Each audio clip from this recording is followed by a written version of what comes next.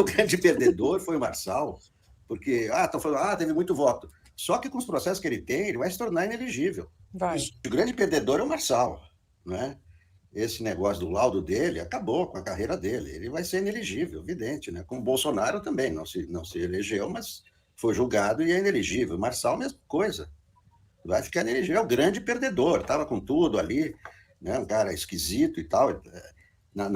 Ontem, anteontem, ele estava fazendo uma maratona. Pô, o cara é candidato a prefeito ou maratonista? É Olimpíada ou eleição a prefeito? Quer dizer, é um cara que não é político, é outra coisa. Não, cara, eu andei 60 quilômetros, e daí? Mas eu não quero um prefeito que ande. Isso aí é na Olimpíada. Então é um cara muito esquisito, que tem que estar fora da política desde o começo. Eu achei que esse cara é caso de polícia, não é caso de política. Tem que ser excluído da política, só isso, e vai ser excluído. Ele, né, tudo que ele fez, né, ele se excluiu. Diferente do Datena. O Datena queria que a eleição acabasse logo para ele voltar para a televisão. Né? Até hoje, quando ele foi votar, ele perguntou para o Zé Aníbal qual era o número dele. Ele não sabia nem o número dele. Essa foi uma das melhores notícias dessa eleição, esse desempenho do Datena, né? Porque realmente é um cara que não tinha... Os grandes perdedores, Marçal e o Datena, né? Da cadeirada e tal, os socos, os protagonistas da cadeirada.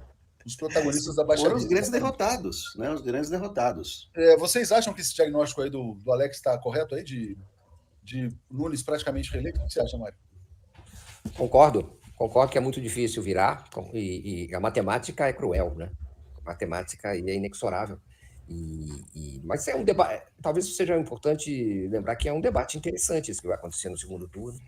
Na verdade, gente, eu acho que o caso é o seguinte: o prefeito da cidade de São Paulo teria obrigação de ter muito mais votos do que teve. Na verdade, a sua administração foi praticamente derrotada nessa eleição, do ponto de vista de gestão municipal. Os votos que não são dele o superam muito, em termos de... Agora é preciso saber o que foi o determinante para esse tipo de votação tão complicada para um prefeito que busca a reeleição. Em termos de considerar que a eleição no primeiro turno é uma espécie de plebiscito sobre a administração do prefeito, ele foi derrotado. Ele está derrotado. Agora, se isso se mantém, ou se a lógica ideológica é aquela que vai prevalecer no segundo turno, é algo a ser verificado ainda. Mas, objetivamente, o prefeito foi reprovado nesse primeiro julgamento que a administração dele passou. Então, talvez no segundo turno, se o Boulos conseguir focar nas questões municipais e aprofundar esse julgamento no qual o prefeito foi reprovado, ele consiga ter alguma esperança nesse quadro tão difícil que o Alex desenhou para a eleição que se avizinha. Olha, em 2020, o Bruno Covas também teve exatamente isso no primeiro turno, 30%. É um teto, né? São os votos tucanos, né? São os votos tucanos. Os votos bolsonaristas ficaram quase todos com o Marçal, né? Que os votos do Bruno Covas eram os votos tucanos em 2020, foi exatamente 30% no primeiro turno. Aí no segundo ele ficou com 60%. E o Boulos com 40%.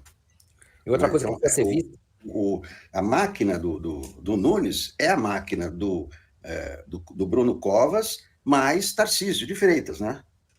Essa é a máquina do Nunes. Então ele carrega o legado do Bruno Covas e acrescentou mais o Tarcísio, dividiu os votos do Bolsonaro com o Marçal, mas é isso, quer dizer, é meio óbvio. O perfil do eleitor do Marçal é o perfil do eleitor do Boulos? Parece que não, né?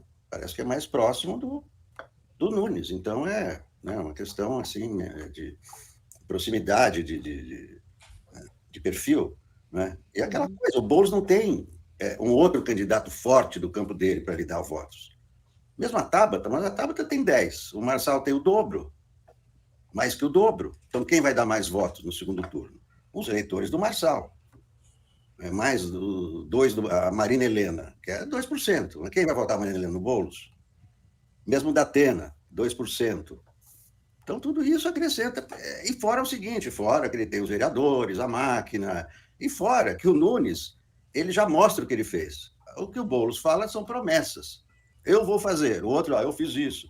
É muito diferente, né? O prefeito, mesmo mal avaliado numa reeleição, é muito forte, porque toda a prefeitura trabalha para ele, né? Todos os funcionários querem continuar, né? Não são só os vereadores. Os funcionários da prefeitura vão votar em quem, né? Querem continuar, né, nos seus postos, então votam com o governo, né? É muito difícil perder a reeleição, né? O Haddad perdeu uma reeleição numa situação nacional muito complicada. Foi 2016. Mas numa situação de agora, normal, né? Não tem muito o que fazer, né?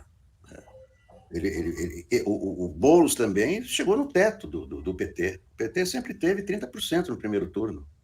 Nunca teve mais do que isso. Mesmo com a Marta, mesmo com o Haddad.